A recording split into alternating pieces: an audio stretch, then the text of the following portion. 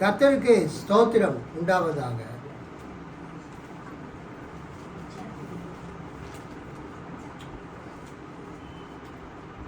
சாம்பல் புதன்கிழமைக்கு பிறகு இந்த லெந்து நாட்களில் வரக்கூடிய 2வது ஞாயிற்றுக்கிழமையாகிய இந்த ஞாயிற்றுக்கிழமைக்கு பெயர் ரெமினி செரே, ரிமெம்பர் மீ, என்னை நினைத்தருளும். அல்லேலூயா. சங்கீதம் 25:6-7 ரிமெம்பர் மீ, என்னை நினைத்தருளும் என்ற வார்த்தை வருகிறதுனால் இன்றைக்கு சங்கீதம் 25:1-10 நம்ம மாறி மாறி வாசிப்போம். இன்றைக்கு இந்த ரெமினி செரே ஞாயிற்றுக்கிழமையில் அருளறைக்காக திருச்சபை பெரியோர்கள் நமக்கு கொடுத்திருக்கிற வேத பகுதிகளில் ஒன்று எபிரேயர் 10வது அதிகாரம் 19 முதல் 25 வரை. இந்த எபிரேயர் 10வது அதிகாரம் 19 39 வரை இருக்கக்கூடிய அந்த பகுதிக்கு என்ன பேர் என்றால் கடவுளிடம் நெருங்கி வருதல். கடவுளிடம் நெருங்கி வருதல். எபிரேயர் 10:19 39 வரைக்கும் இருக்கிற அந்த பகுதியில் 3 பிரிவுகள் வருகிறது. அதில் முதல் பகுதி எபிரேயர் 10:19-25 பழைய திருப்புதலில் நான் வாசித்து பிறகு திருவிவிலியம் பொது மொழிபெயர்ப்பின் அடிப்படையில் அதை நாம் சிந்திக்கலாம். எபிரேயர் 10:19-25 ஆகையால் சகோதரரே, நாம் பரிசுத்த ஸ்தலத்தில் பிரவேசிப்பதற்கு இயேசுவானவர் தமது மாம்சமாகிய திரையின் வழியாய் புதிதும் ஜீவனுமான மார்க்கத்தை நமக்கு உண்டு பண்ணினபடியால் அந்த மார்க்கத்தின் வழியாய் பிரவேசிப்பதற்கு அவருடைய இரத்தத்தினாலே நமக்கு தைரியம் உண்டாயிருக்கிறபடியினாலும் தேவனுடைய வீட்டின் மேல் அதிகாரியான மகா ஆசாரியர் நமக்கு ஒருவர் இருக்கிறபடியினாலும் துர்மனசாட்சி நீங்க தெளிக்கப்பட்ட இருதயம் உள்ளவர்களாயும் சுத்த ஜலத்தால் கழுவப்பட்ட சரீரம் உள்ளவர்களாயும் உண்மையான இருதயத்தோடும் விசுவாசத்தின் பூரண நிச்சயத்தோடும் சேரக்கடவும். அல்லாமலும் நம்முடைய நம்பிக்கையை அறிக்கையிடுகிறதில் அசைவில்லாமல் உறுதியாயிருக்க கடவோம். வாக்கு தத்தம் பண்ணினவர் உண்மையுள்ளவராய் இருக்கிறாரே. மேலும் அன்புக்கும் நற்கிரியைகளுக்கும் நாம் ஏவப்படும்படி ஒருவரை ஒருவர் கவனித்து சபை கூடி வருதலை சிலர் விட்டுவிடுகிறது போல நாமும் விட்டுவிடாமல் ஒருவருக்கொருவர் புத்தி சொல்ல கடவோம். நாளானது சமீபத்து வருகிறதை எவ்வளவாய் பார்க்கிறீர்களோ அவ்வளவாய் புத்தி சொல்ல வேண்டும். அல்லேலூயா. கண்களை மூடி நாம் ஜெபிப்போம். மகா கிருபையும் இரக்கமும் மிகுந்த பரம தந்தையே, இந்த ரெமினி செரே லெந்து நாட்களில் வரக்கூடிய இந்த 2வது ஞாயிற்றுக்கிழமைக்காக என்னை நினைத்தருளும் என்ற ஒரு கருத்தில் தியானிக்கக்கூடிய இந்த ஞாயிற்றுக்கிழமையில் எங்களோடு பேசுகிறார். இந்த வார்த்தை உம்முடைய வார்த்தை. இதை புரிந்து கொள்ள ஆவியானவர் எங்களுக்கு ஒத்தாசை பண்ணுவீராக. இயேசுவின் நாமத்தில் பிதாவே, ஆமென்.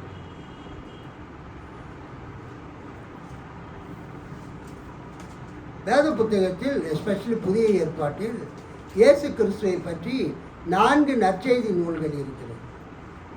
என்னென்ன? மத்தேயு, மார்க்கு, லூக்கா, யோவான். அந்த 4க்கு பேரும் 4 சுவிசேஷங்கள். அவைகள் இயேசு கிறிஸ்துவை பற்றி சொல்லுகின்றன. இந்த எபிரேய நிருபத்துக்கு ஒரு பெயர் இருக்கிறது. அது என்னவென்றால் த 5th காஸ்பல், 5வது சுவிசேஷம், 5வது நற்செய்தி நூல். ஏன் என்றால் இயேசுவை பற்றி மத்தேயு, மார்க்கு, லூக்கா, யோவான் இயேசுடைய பிறப்பை பற்றி, அவருடைய ஊழியத்தை பற்றி ரொம்ப வெகுவாக விளக்கி இருக்கின்றன. ஆனால் இந்த எபிரேயர் நிருபம் இது முழுவதுமாக இயேசுவை பற்றி கூறுகிறது. ஆகவே இறையியல் வல்லுநர்கள் இந்த எபிரேயர் நிருபத்தை என்ன சொல்லுவாங்க? 5வது நற்செய்தி நூல், 5வது சுவிசேஷம். இதை நம்ம ஒரு காஸ்பல் என்றும் சொல்ல முடியாது, சுவிசேஷம் நற்செய்தி என்றும் சொல்ல முடியாது, இதை ஒரு நிருபம் என்றும் சொல்ல முடியாது. ஏனென்றால் இது ஒரு நற்செய்தி நூலாகவோ இதை ஒரு நிருபம் கடிதமாகவோ எழுதப்படாமல் கிறிஸ்துவை பற்றிய மறை உண்மைகளை, கிறிஸ்துவை பற்றிய மேன்மைகளை இந்த எபிரேய நிருப ஆக்கியோன் அவர் கூறியிருக்கிறார், எழுதியிருக்கிறார். இது ஒரு ட்ரீடைஸ் ஆன் கிரைஸ்ட். கிறிஸ்துவை பற்றிய அந்த பேர் உண்மைகளை, மேன்மைகளை இந்த எபிரேய ஆக்கியோன் எழுதியிருக்கிறார். இதை ஒருவேளை பவுல் எழுதியிருக்கலாம், பர்னபா எழுதியிருக்கலாம், அல்லது ஆக்கில்லா எழுதியிருக்கலாம், அல்லது பிரிஸ்கில்லா எழுதியிருக்கலாம், அல்லது செரிந்தஸ் என்பவர் எழுதியிருக்கலாம், அல்லது அப்பல்லோ எழுதியிருக்கலாம் என்று இந்த எபிரேயர் நிருபத்தை பற்றி பொதுவான ஒரு கருத்து இருக்கிறது. அல்லேலூயா. ஆக இந்த எபிரேயர் நிருபம், இந்த புத்தகம், இது குறிப்பிட்ட ஒரு மனிதனுக்கோ ஒரு குறிப்பிட்ட ஒரு சபைக்கோ எழுதப்படாமல் அக்காலத்திலே வசித்த யூத கிறிஸ்தவர்களுக்காக இந்த புஸ்தகம் எழுதப்பட்டது. இயேசுவின் காலத்தில் அநேக கிறிஸ்தவர்கள் இயேசுவை ஏற்றுக்கொண்டாங்க, இயேசுவை பின்பற்றினாங்க. இயேசு மரித்து உயிர்த்தெழுந்து பரத்துக்கு சென்ற பிறகு பெந்தெகோஸ்து நாளில் சபை உருவாகுது. சபை உருவான பிறகு அது அப்போஸ்தலர் 10ஆம் அதிகாரம் வரைக்கும் சபையில் இருந்த அத்தனை பேருமே யாருங்க? யூதர்கள். அல்லேலூயா. அப்போஸ்தலர் 10ஆம் அதிகாரம் வரைக்கும் all the members of the church where Jewish people. சபைக்கு வந்த அத்தனை பேருமே யூதர்கள் தான்.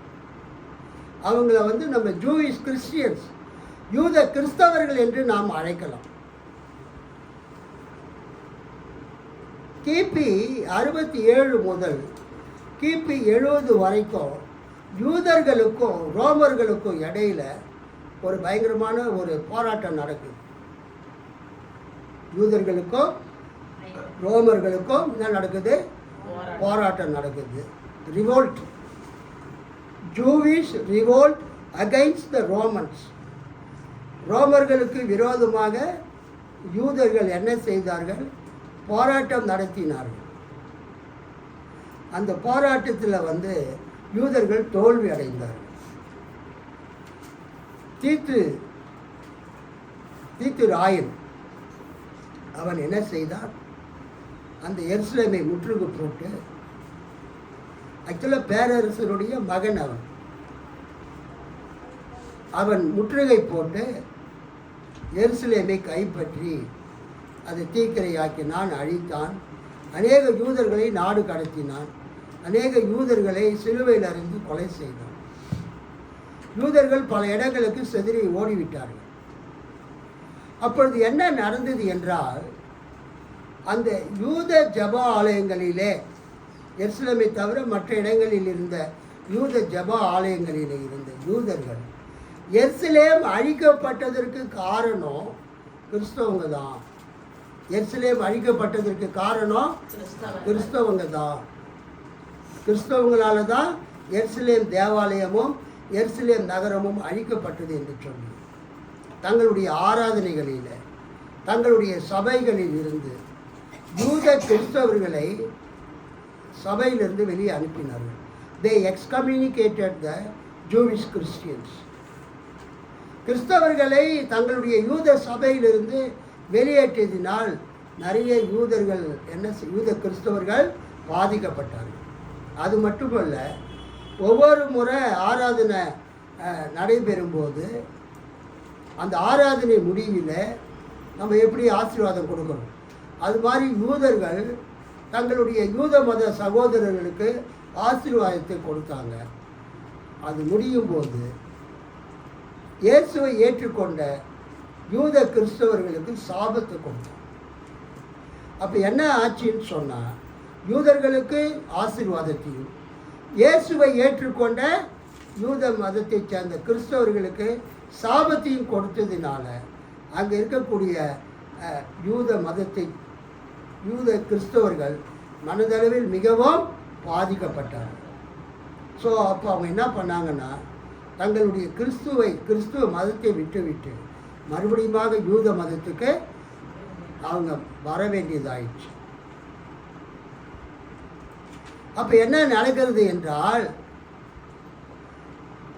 அந்த யூத கிறிஸ்தவர்கள் கிறிஸ்துவ சபைகளுக்கு போகாமல் மறுபடியுமா அவங்க என்ன பண்ணாங்க, யூத ஜபாலயத்துக்கு போக ஆரம்பித்தார்கள். பலர் கிறிஸ்துவ சபையை விட்டார்கள். They returned to Judaism. யூத மதத்துக்கு அவங்க பின்னால் வந்தாங்க, யூத மதத்துக்கு திரும்பினார்கள். அதைத்தான் நாம் பார்க்கிறோம் 25ஆம் வசனத்தில். சபை கூடி வருதலை சிலர் விட்டுவிடுகிறது போல நாமும் விட்டுவிடாமல் ஒருவருக்கொருவர் புத்தி சொல்ல கடவும், நாளானது சமீபித்து வருகிறதை எவ்வளவாய் பார்க்கிறீர்களோ அவ்வளவாய் புத்தி சொல்ல வேண்டும். அல்லேலூயா. அந்த வசனத்தை நம்ம சரியாக புரிந்து கொள்ள வேண்டும் என்றால், இந்த எபிரேயர் புஸ்தகம் கிபி 70வது வருஷத்துக்கு பிறகு அது எழுதப்பட்டிருக்கலாம், அல்லது எருசலேம் அழிக்கப்படுவதற்கு சற்று முன்பதாக எழுதப்பட்டிருக்கலாம். அல்லேலூயா. அது கிபி 67லேருந்து 70க்குள்ளாக எழுதப்பட்டிருக்கலாம், அல்லது எருசலேம் அழிக்கப்பட்ட பிறகு கூட எழுதப்பட்டிருக்கலாம். எப்படி இருந்தாலும் அந்த கிறிஸ்தவர்கள், யூத கிறிஸ்தவர்கள் தங்கள் மீது சாபத்தையும் தங்களை யூத சபையிலிருந்து எக்ஸ்கம்யூனிகேட் சபையிலிருந்து வெளியேற்றப்பட்டதினாலும் அவர்கள் பாதிக்கப்பட்டு, அந்த பாதிக்கப்பட்ட யூத கிறிஸ்தவர்கள் மறுபடியுமாக யூத சமூகத்துக்கு அவங்க வர ஆரம்பித்தார்கள். அதனால் ஞாயிற்றுக்கிழமை ஆராதனைக்கு அவங்க வராமல் மறுபடியுமாக சனிக்கிழமை ஆராதனைக்கு செல்ல ஆரம்பித்தாங்க.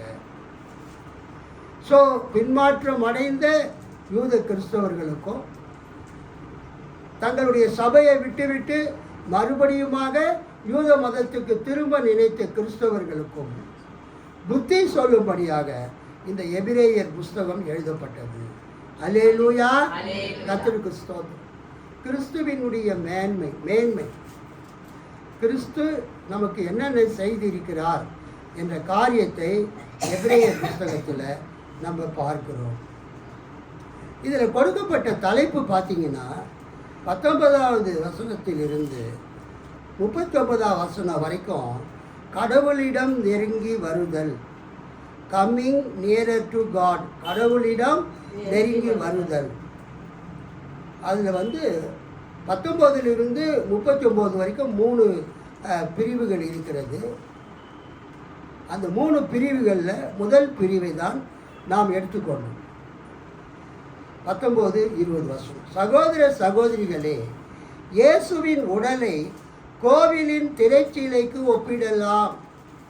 இத்திரைச்சீலை வழியாக திரு தூயகத்திற்குள் நுழைய நமக்கு துணிவு உண்டு.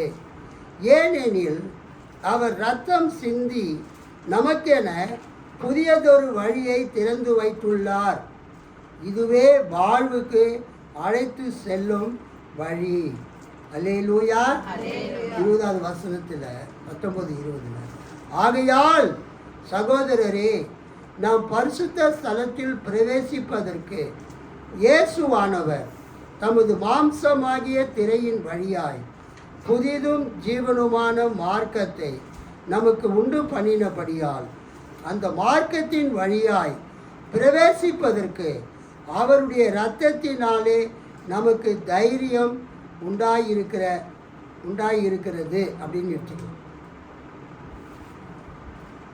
நீங்கள் பழைய ஏற்பாட்டில் நீங்கள் ஆசரிப்பு கூடாரத்தையும் அல்லது சாலமோனுடைய தேவாலயத்தையும் நீங்கள் பார்த்தீர்கள் என்றால், அந்த தேவனுடைய வாசஸ்தலம், the dwelling place of God, the abiding place of God, அந்த பரிசுத்த ஸ்தலம், மகா பரிசுத்த ஸ்தலம் இருக்கக்கூடிய அந்த இடம் ஒரு திரைச்சீலையினால் பிரிக்கப்பட்டிருக்கு. அல்லேலூயா. பழைய ஏற்பாட்டில் ஆசரிப்பு கூடாரத்தில் அந்த டேபர்நேக்கல் வந்து 2 பிரிவாக இருக்கும். ஒன்று பரிசுத்த ஸ்தலம், ஹோலி பிளேஸ். மற்றொன்று holy of holies, most holy place, மகா பரிசுத்த ஸ்தலம். இந்த பரிசுத்த ஸ்தலத்துக்கும் மகா பரிசுத்த ஸ்தலத்துக்கும் நடுவில் ஒரு திரைச்சீலை தொங்கிக் கொண்டே இருக்கும். ஒரு திரைச்சீலை தொங்கிக் கொண்டே இருக்கும். அந்த திரைச்சீலைனா நம்ம போட்டிருக்கிற ஸ்க்ரீன் மாதிரி ஒரு, இந்த ஸ்க்ரீனே கொஞ்சம் திக்கு தான். சில ஸ்க்ரீன்லாம் பார்த்தீங்கன்னா மெல்லியதாக இருக்கும். அது மாதிரி மெல்லிய திரை அல்ல, சற்று கொஞ்சம் திக்கான அந்த ஸ்க்ரீன் தேவாலயத்தில் பரிசுத்த ஸ்தலத்துக்கும் மகா பரிசுத்த ஸ்தலத்துக்கும் இடையில தொங்கிக் கொண்டிருக்கும். அந்த திரைச்சீலை எதுக்கு அடையாளம் என்றால், இயேசு கிறிஸ்து இந்த உலகத்தில் மனிதனாய் பிறந்ததற்கு அடையாளம். பரிசுத்த ஸ்தலத்துக்கும் மகா பரிசுத்த ஸ்தலத்துக்கும் இடையில தொங்கிக் கொண்டிருந்த அந்த திரைச்சீலை எதுக்கு அடையாளம்? இயேசு கிறிஸ்துவினுடைய மானிட அவதாரத்துக்கு அடையாளம். தி இன்கார்னேஷன் ஆஃப் ஜீசஸ். இயேசு இந்த உலகத்தில் மனிதனாக பிறந்ததற்கு அடையாளம்தான் அந்த திரைச்சீலை. அது இயேசுவினுடைய மனித சரீரத்தை குறிக்கிறது. இயேசுவினுடைய மனித உடலை, சரீரத்தை குறிக்கிறது. இயேசு என்ன பண்ணாரு? சிலுவையில் தொங்கும் போது திருவிவிலியத்தில் பாருங்க, சகோதர சகோதரிகளே, இயேசுவின் உடலை கோவிலின் திரைச்சீலைக்கு ஒப்பிடலாம். அல்லேலூயா. ரொம்ப அழகாக டிரான்ஸ்லேட் பண்ணியிருக்கிறார். இயேசு கிறிஸ்து இந்த உலகத்தில் 33 ஆண்டுகள் வாழ்ந்தார். அவருடைய உடலை இந்த எபிரேய நிருப ஆசிரியர் எதுக்கு ஒப்பிடுறாரு? அந்த தேவாலயத்திலே தொங்கிக் கொண்டிருக்கிற திரைச்சீலைக்கு ஒப்பிடுகிறார். சகோதர சகோதரிகளே, இயேசுவின் உடலை கோவிலின் திரைச்சீலைக்கு ஒப்பிடலாம். ஆகையால் சகோதரரே, நாம் பரிசுத்த ஸ்தலத்தில் பிரவேசிப்பதற்கு இயேசுவானவர் தமது மாம்சமாகிய திரையின் வழியாய், பார்த்தீங்களா, நம்ம வச்சிருக்கிற பழைய திருப்பதில் தமது மாம்சமாகிய திரையின் வழியாய் புதிதோ ஜீவனுமான மார்க்கத்தை நமக்கு உண்டு பண்ணினபடியால். இயேசுவின் உடல், இயேசுவின் சரீரம், இயேசுவின் மாம்சமாகிய உடல் எருசலேம் தேவாலயத்தில் எதுக்கு அடையாளமாக இருக்கிறது? திரைச்சீலைக்கு அடையாளமாக இருக்கிறது.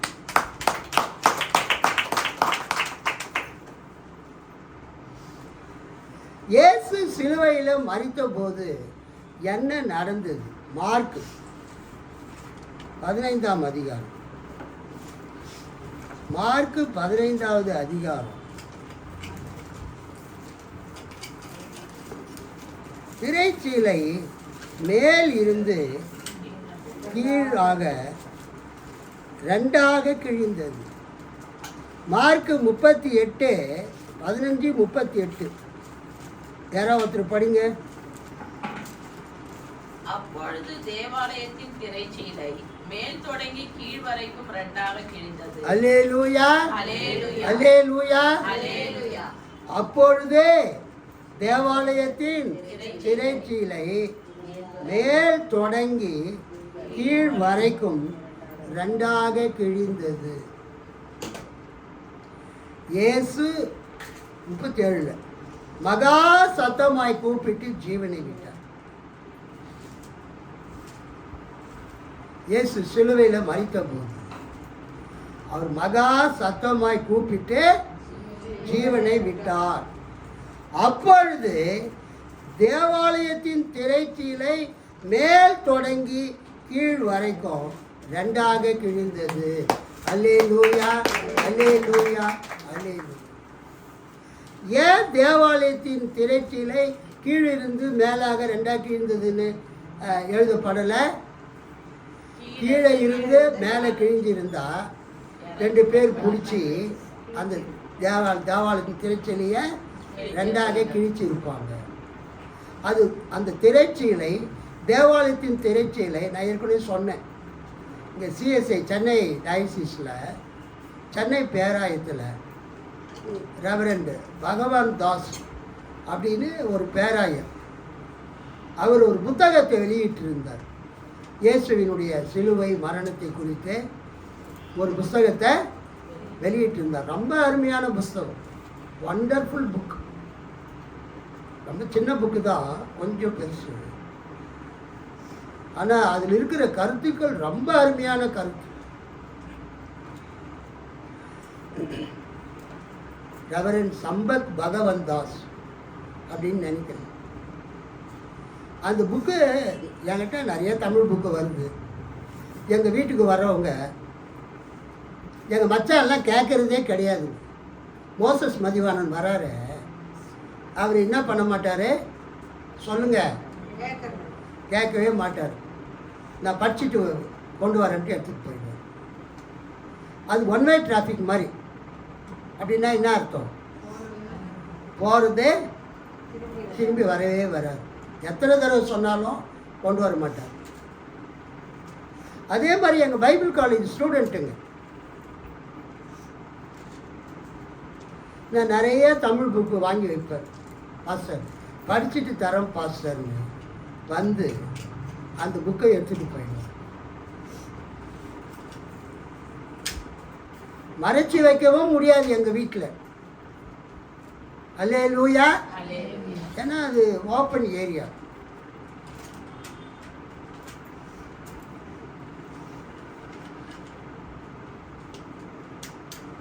அதில் அவர் எழுதி இருக்கிறாரு, அந்த ரெவரண்ட் சம்பத் பகவன் தாஸ் என்ன எழுதியிருக்காரு, நம்ம நினைக்கிற மாதிரி தேவாலயத்தின் திரைச்சீலை வந்து மெல்லிய துணி கிடையாது. இட்ஸ் நாட் ஒரு தின்னர் ஸ்கிரீன். அது கொஞ்சம் திக்காக இருக்கும். அதே திக்காக இருக்கும். அதெல்லாம் பிக்கவே முடியாது. ரொம்ப நல்லா எழுதியிருந்தார் அந்த புக்கு. நான் நம்ம சர்ச்சு மெம்பர்களுக்கோ பைபிள் காலேஜ் ஸ்டூடெண்ட்டுங்களோ யாரோ ஒருத்தர் கொடுத்தேன், அல்லது அவங்க எடுத்துகிட்டு போயிட்டாங்களோ தெரியல. திரும்ப அது எனக்கு வரவே இல்லை. அப்புறம் அந்த ஆயர் ரிட்டையர்ட் ஆகிட்டு போயிட்டார். அந்த புக்கு எங்கே இருக்குது, எங்கே வாங்கணும்னு தெரியல. அது அவ்வளோ அழகாக அவர் எழுதியிருக்கிறார். அந்த தேவாலயத்துடைய திரைச்சீலை, அது நீளம், அகலம், உயரம், திக்னஸ்ஸு. இங்கே அதை பற்றி தான் நம்ம பார்க்குறோம். மார்க்கு 15வது அதிகாரத்தில் 37-38. இயேசு மகா சத்தமாய் கூப்பிட்டு ஜீவனை விட்டார். அப்பொழுது தேவாலயத்தின் திரைச்சீலை மேல் தொடங்கி கீழ் வரைக்கும் ரெண்டாக கிழிந்தது. மனிதர்களால் அந்த திரைச்சீலையை கிழிக்க முடியாது, அவ்வளோ திக்னஸ். ஒரு பார்ட்டிஷன் மாதிரி பரிசுத்த ஸ்தலத்துக்கும் மகா பரிசுத்த ஸ்தலத்துக்கும் ஒரு பிரிவு மாதிரி, ஒரு பார்ட்டிஷன் மாதிரி அந்த ஸ்க்ரீன் இருந்தது, திக்கான ஸ்க்ரீன். அது தேவனே கிழிச்சார். அல்லேலூயா சொல்லுங்க. அது தேவனே எப்படி கிழிச்சாரு? மேலே இருந்து கீழ் வரைக்கும் தேவனே கிழிச்சார். இந்த மேலிருந்து கீழ் வரை அது தேவன் கிழிச்ச, ரெண்டாக கிழிந்ததுன்னு பார்க்குறோமே. அந்த கிழிந்தது அதுவே ஒரு முக்கியமான ஒரு கருத்து இருக்குது. நீங்கள் பார்த்தீங்கன்னா 1 யோவான் 1:51 பாருங்கள். 1 யோவான் 1:51 ஒருத்தர் படிங்க.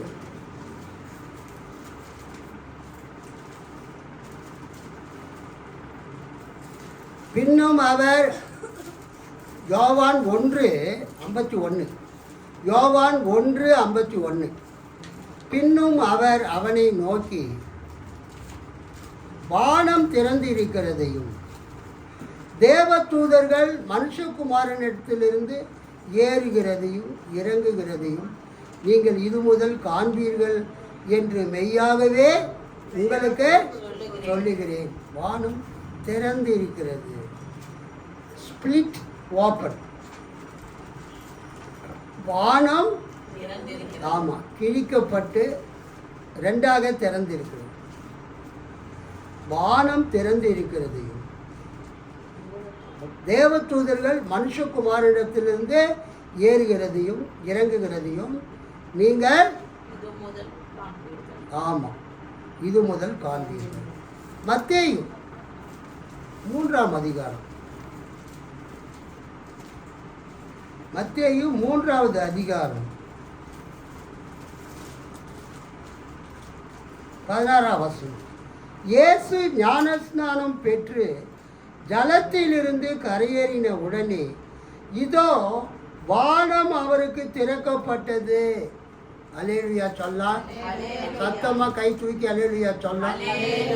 இதோ வானம் அவருக்கு திறக்கப்பட்டது. தேவ ஆவி புறாவை போல இறங்கி தம்மேல் வருகிறதை கண்டார். அன்றியும் வானத்திலிருந்து ஒரு சத்தம் உண்டாகி, இவர் என்னுடைய நேசகுமாரன், இவரில் பிரியமாய் இருக்கிறேன் என்று உரைத்தார். வானம் அவருக்கு திறக்கப்பட்டது.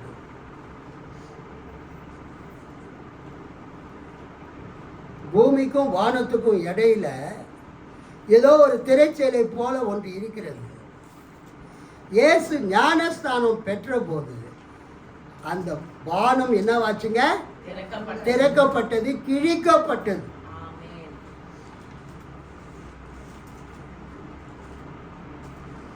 வானம் திறக்கப்பட்டது. அதுக்கு என்ன அர்த்தம்? கிழிக்கப்பட்டது. எப்படி எருசலேம் தேவாலயத்தில் மேலிருந்து கீழ் வரைக்கும் அந்த திரைச்சீலை ரெண்டாக கிழிந்ததோ அதே மீனிங் தான் இங்கே பார்க்குறோம். வானம் அவருக்கு திறக்கப்பட்டது. தட் மீன்ஸ் பூமிக்கும் வானத்துக்கு நடுவில் இருந்த ஒரு திரைச்சீலை இயேசு ஞானஸ்தானம் எடுக்கிற நேரத்தில் அது கிழிக்கப்பட்டது, ரெண்டாக கிழிக்கப்பட்டது. Split open. அப்போ என்ன நடக்குது? பரலோகத்தில் இருக்கிற பிதாவோடு இருக்கக்கூடிய அந்த பரிசுத்த ஆவியானவர் புறாவை போல வானத்திலிருந்து கீழே இறங்கி இயேசுவின் மீது அமர்ந்தார். இயேசு ஞானஸ்தானம் பெற்றபோது பரிசுத்த ஆவியானவர் எங்கே இருந்தார்? அந்த டைமில் வானத்தில், பரலோகத்தில், பிதாவின் இடத்துல பரிசுத்த ஆவியாகிய தேவன் இருக்கிறார். இது குமாரனாகிய கிறிஸ்து பூமியில் ஞானஸ்தானம் பெற்ற போது யோர்தான் நதியில் யோவான் ஸ்நானனால வானம் திறக்கப்பட்டது, வானம் கிழிக்கப்பட்டது. தேவாலயத்தின் திரைச்சீலை மேல் தொடங்கி கீழ் வரைக்கும் ரெண்டாக கிழிக்கப்பட்டது போல வானம் திறக்கப்பட்டது. தேவ ஆவியானவர் புறாவை போல இறங்கி இயேசுவின் மீது வந்து அமர்ந்தார்.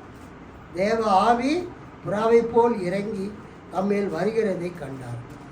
தேவ ஆவி எங்கிருந்து வராரு? வானத்தில் இருந்து பிதாவினிடத்தில் இருந்து அவர் புறப்பட்டு இயேசு இருக்கிற இந்த பூமிக்கு யோர்தான் நதிக்கு வந்து அவர் மேல் அமர்ந்தார். குமாரனாகிய கிறிஸ்து தண்ணியில் இருக்கிறார். வானம் கிழிக்கப்பட்டு வானம் திறக்கப்பட்டு அவர் மேல் இறங்கின பரிசுத்த ஆவியானவர் புறா ரூபம் கொண்டு அவர் மேல வந்து அமருகிறார். பிதாவாகிய தேவன் வானத்தில் இருந்து பேசுகிறார். என்ன பேசுகிறார்? இவர் என்னுடைய நேசகுமாரன், இவரில் பிரியமாய் இருக்கிறார். இவர் என்னுடைய நேசகுமாரன். He is my beloved son. இவரில் நான் பிரியமாய் இருக்கிறேன். இந்த கிழிக்கப்பட்டது அவ்வளவு அருமையான ஒரு சத்தியம். தேவாலயத்தின் திரைச்சீலை இரண்டாக கிழிந்தது. மேலிருந்து கீழே வரைக்கும் கிழிவதற்கு காரணம் பிதாவாகிய தேவன். தனது குமாரன் இந்த உலகத்தில் பிறந்து 33 வருஷம் வாழ்ந்து இரத்தத்தை சிந்தி இந்த உலகத்துக்கு மீட்பை உண்டு பண்ணினதை கண்ட பிதாவாகிய தேவன் இனிமேல் மனிதர்களுக்கும் கடவுளுக்கும் இடையில என்ன தேவையில்லை? திரைச்சீலை தேவையில்லை. Access to God is made. மனிதர்கள் கடவுளிடத்துக்கு செல்லக்கூடிய வழி திறக்கப்பட்டது. அல்லேலூயா, அல்லேலூயா, அல்லேலூயா.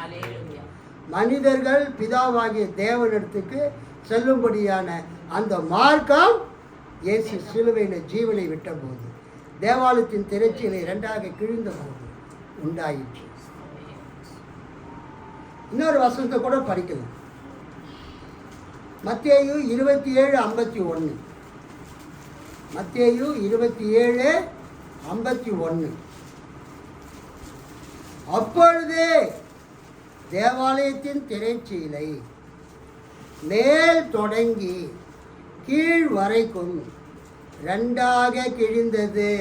அல்லேலூயா. தேவாலயத்தின் திரைச்சீலை மேல் தொடங்கி கீழ் வரைக்கும் இரண்டாக கிழிந்தது. இந்த கிழிந்தது என்ற வார்த்தை மத்தேயு 3:16, யோவான் 1:51, மார்க்கு 15:38. இந்த 3 இடங்களிலும் அந்த கிழிந்தது என்ற வார்த்தை வருகிறது. ஸ்பிளிட் ஓப்பன், ரெண்டாக ஸ்பிளிட் ஆகி ரெண்டாக பிளந்து ரெண்டாக கிழிந்து மேலேருந்து கீழே வரைக்கும் அந்த திரைச்சீலை கிழிந்து. இயேசு ஞானஸ்நானம் பெறும்பொழுது பரலோகத்திலிருந்து பரிசுத்த ஆவியானவர் பூலோகத்துக்கு இறங்கும்போது வானம் திறவுண்டது, வானம் கிழிந்தது. இயேசுவின் ஞானஸ்நானம். இயேசு ஜீவனை விட்டபோது தேவாலயத்தின் திரைச்சீலை மேலிருந்து கீழாக இரண்டாக கிழிந்தது, பிளந்தது. இதைத்தான் இயேசு யோவான் 1:51 சொல்றாரு. கர்த்தருக்கு ஸ்தோத்திரம். என்ன சொல்றாரு? நாத்தான்வேலை பார்த்து, பின்னும் அவர் அவனை நோக்கி வானம் திறந்திருக்கிறதையும், வானம், ஆமா, வானம் ரெண்டாக கிழிக்கப்பட்டு திறந்திருக்கிறதையும் பூமியிலே இருக்கக்கூடிய மனுஷகுமாரத்தில் இருக்கிற தேவதூதர்கள் ஏறுகிறது இறங்குவது நீங்கள் மெய்யாகவே காண்பீர்கள். ஸோ இங்கே நம்ம என்ன பார்க்குறோம்? இயேசு சிலுவையில் மரித்ததினால தனது அந்த திரைச்சீலை இயேசுவின் சரீரத்துக்கு அடையாளம். தேவாலயத்தில் தொங்கிக் கொண்டிருந்த திரைச்சீலை எதுக்கு அடையாளம்? இயேசுவினுடைய சரீரத்துக்கு அடையாளம், இயேசுவினுடைய மானிட அவதாரத்துக்கு அடையாளம். Humanity of Christ, human body of Christ, கிறிஸ்துவின் மனித சரீரத்துக்கு அடையாளம் எருசலேம் தேவாலயத்தில் தொங்கிக் கொண்டிருந்த அந்த திரைச்சீலை. 19. ஆகையால் சகோதரரே, நாம் பரிசுத்த ஸ்தலத்தில் பிரவேசிப்பதற்கு, பரிசுத்த ஸ்தலம் என்றால் தேவன் இருக்கிற அந்த ஸ்தலம், அதில் பிரவேசிப்பதற்கு, பிதாவாகிய தேவனிடத்திலே நாம் செல்வதற்கு, கடவுளிடத்திலே செல்வதற்கு இயேசுவானவர் தமது மாம்சமாகிய திரையின் வழியாக. நான் ஏற்கனவே சொல்லிட்டேன் உங்களுக்கு, இயேசுவின் சரீரம் எதுக்கு அடையாளம்? தேவாலயத்தின் திரைச்சீலைக்கு அடையாளம். அந்த தேவாலயத்தின் திரைச்சீலை மேலிருந்து கீழ் வரை கிழிக்கப்பட்டது எதுக்கு அடையாளம்னா இயேசுவின் சிலுவை மரணத்திற்கு அடையாளம். எதுக்கு அடையாளம்? இயேசுவின் சிலுவை மரணத்திற்கு அடையாளம். தேவாலயத்தின் திரைச்சீலை இரண்டாக கிழிந்தது. இயேசுவின் சரீரம் சிலுவையிலே அறையப்பட்டது. இயேசுவின் சரீரம் சிலுவையிலே அறையப்பட்டது. அவர் தனது இரத்தத்தை சிந்தி அவர் சிலுவையிலே ஜீவனை விட்டார். இயேசுவானவர் தமது மாம்சமாகிய திரையின் வழியாய் புதிதோ ஜீவனமான மார்க்கத்தை நமக்கு உண்டு பண்ணினார். அவர் அந்த சிலுவையில சிந்தின இரத்தத்தினாலே அந்த மார்க்கத்தின் வழியாய் நாம் தேவனுடைய சமூகத்தில் பிரவேசிப்பதற்கு அவருடைய இரத்தத்தினாலே நமக்கு தைரியம் உண்டாகியிருக்கிறது. அல்லேலூயா. பிரதமரை போய் நம்மளால் பார்க்க முடியாது, ஜனாதிபதியை போய் நம்மளால் பார்க்க முடியாது, முதலமைச்சரை டைரெக்டாக போய் பார்க்க முடியாது. ஆனால் தேவனிடத்தில் நீங்கள் போவதற்கான வழியை இயேசு உண்டாக்கியிருக்கிறார். இந்த உலகத்திலேயே மனிதர்கள் யாரும் சொல்ல முடியாத ஒரு நபர் யார் என்றால் அவர் தேவன். கடவுள்கிட்ட அவ்வளோ சீக்கிரமாக யாருமே போக முடியாது. ஆனால் மனிதர்களாகிய நாம் தேவனிடத்திற்கு போகிற ஒரு வழியை கிறிஸ்து தனது சிலுவை மரணத்தின் மூலமாக உங்களுக்கும் எனக்கும் ஏற்படுத்தி கொடுத்திருக்கிறார். அல்லேலூயா. ஸோ இயேசுவினுடைய சரீரம் தேவாலயத்தின் திரைச்சீலைக்கு அடையாளம். இயேசுவினுடைய சரீரம் சிலுவையில் மரித்தது எதுக்கு அடையாளம்? தேவாலயத்தின் திரைச்சீலை கிழிக்கப்பட்டதுக்கு அடையாளம். தேவாலயத்தின் திரைச்சீலை கிழிக்கப்பட்டது, ஸ்பிளிட் ஓப்பன். டர்ன் வெயில் பில்கு ஷேக் அப்படின்னு ஒரு முஸ்லீம் மாமா எழுதியிருக்கிறாங்க. கிழிக்கப்பட்ட திரைச்சீலை. அல்லேலூயா. கிழிக்கப்பட்ட திரைச்சீலை. அதுக்கு என்ன அர்த்தம்னா கடவுள்கிட்ட அந்த கிழிக்கப்பட்ட அந்த திரைச்சீலைக்கு உள்ளால போய் கர்த்தரை நம்ம அப்பா பிதாவே என்று கூப்பிட பண்ணக்கூடிய ஒரு புத்திர சுவீகாரத்தை நமக்கு கொடுத்திருக்கிறார். கடைசியாக ஒரே ஒரு வசனம், எபிரேயர் 4வது அதிகாரம். இந்த வசனத்தை வாசித்து முடிக்கலாம். இன்றைக்கி திருவிருந்து ஆராதனை, அதனால என்னால் ரொம்ப நேரம் பேச முடியல. 4:16 படிங்க. எபிரேயர் 4:16. ஆதலால் நாம் இரக்கத்தை பெறவும் ஏற்ற சமயத்தில் சகாயம் செய்யும் கிருபையை அடையவும் தைரியமாய் கிருபாசன தண்டைக்கு சேர கடவோம். எபிரேயர் 4:16 திருவிவிலியம். எனவே நாம் இரக்கத்தை பெறவும் ஏற்ற வேளையில் உதவக்கூடிய அருளை கண்டடையவும் அருள் நிறைந்த இறை அரியணையை துணிவுடன் அணுகி செல்வோமாக. கிறிஸ்து நமக்காக பிதாவினுடைய வலது பாசத்திலே உட்கார்ந்து நமக்காக விண்ணப்பம் செய்து கொண்டிருக்கிறார், நமக்காக பரிந்து மன்றாடி கொண்டிருக்கிறார். நாம் தேவனுடைய சமூகத்துக்கு கிருபாசனத்துக்கு நெருங்கும்படியான வழியை கிறிஸ்து தனது சிலுவை மரணத்தின் மூலமாக ஏற்படுத்தினார்.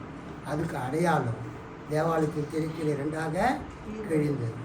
நாம் கர்த்தரிடத்தில் போய் தேவனிடத்தில் போய் கிருபையை பெற்றுக்கொள்வோம். ஆமென்.